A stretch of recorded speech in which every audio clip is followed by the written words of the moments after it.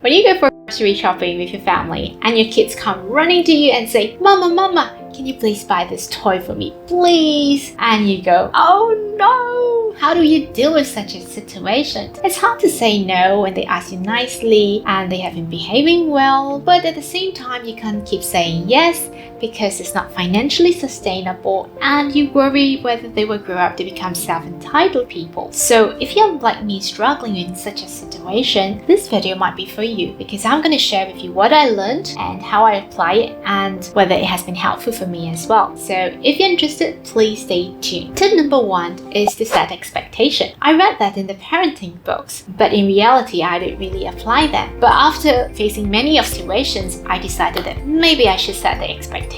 So before we go grocery shopping, I will say, look, we are going to the supermarket to buy food. We're not buying toys. And they would say yes, and then they would come along with me and we will go and buy. But kids being kids, it's normal. They will come to you and say, Mama, Mama, look at this. This is really, really nice. Look, it's so yummy. Oh, this is so cute. Can you buy this for me? And I will say, look, I told you just now that, we're here for food. We're not here to buy toys. So no. But of course, to be honest, sometimes I do give in and sometimes I do buy them snacks and some toys that they want as long as it's within my budget, and they have been behaving well and they're asking me nicely, so I couldn't say no. So that's something that I will confess. But of course, consistent is the key. So if you're someone who is consistent, please be consistent. The second thing that I found it very helpful was I learned the concept of the needs and wants, and I thought that was really good idea, that I should teach my children. So I would tell them that Daddy, Mommy have been working hard and we're not rich people, so the amount of money that we earn is primarily used to pay for our food so that we don't go hungry, to pay for the water so that we can drink and we can shower and clean, and to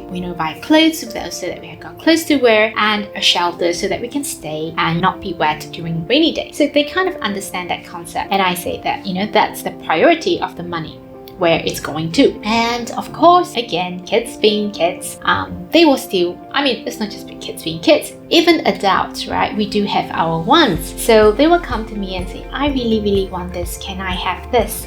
And I would say that especially if the toy is really very expensive, I would say that, look, you know how expensive this toy is? I can actually use this amount of money to buy something in terms of food, and how long can it last in terms of our meals? So I'll try to tell them that, and I say that if I'm going to use this money to buy the toy that you want, I won't have any money left to buy the food. Can you eat the toy for your meals? And of course they will say no, and when they say no, they kind of understand that that's no way Mama is going to buy that toy for them because it's beyond the budget, it's way too expensive. So that's something that I found very helpful. The third tip that I found it useful recently is to teach them to work towards their goal. So for instance, I have been trying to make them read more books. So when they ask me, Mama, can you buy this toy for me? Then I'll look at it, it's something within my budget.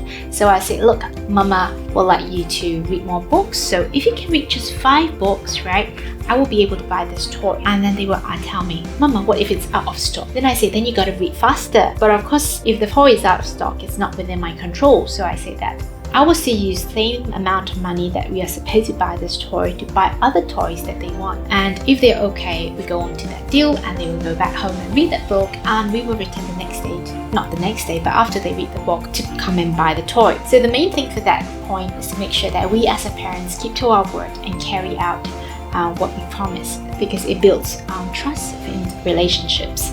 So I found that really helpful these days. Whenever they ask me for toys, they know that they got to earn and work towards it to get their wants. So this sounds like an extrinsic motivator, and I think a lot of people would be thinking like, oh, that sounds like an extrinsic motivators. Aren't you supposed to use intrinsic motivators? Fair enough, we should use intrinsic motivators. So if you're interested about this concept of intrinsic motivators and extrinsic motivators to motivate our children, please check out my next video. Thank you for watching. I hope you find this sharing helpful, and I'll see you in the next video. Bye!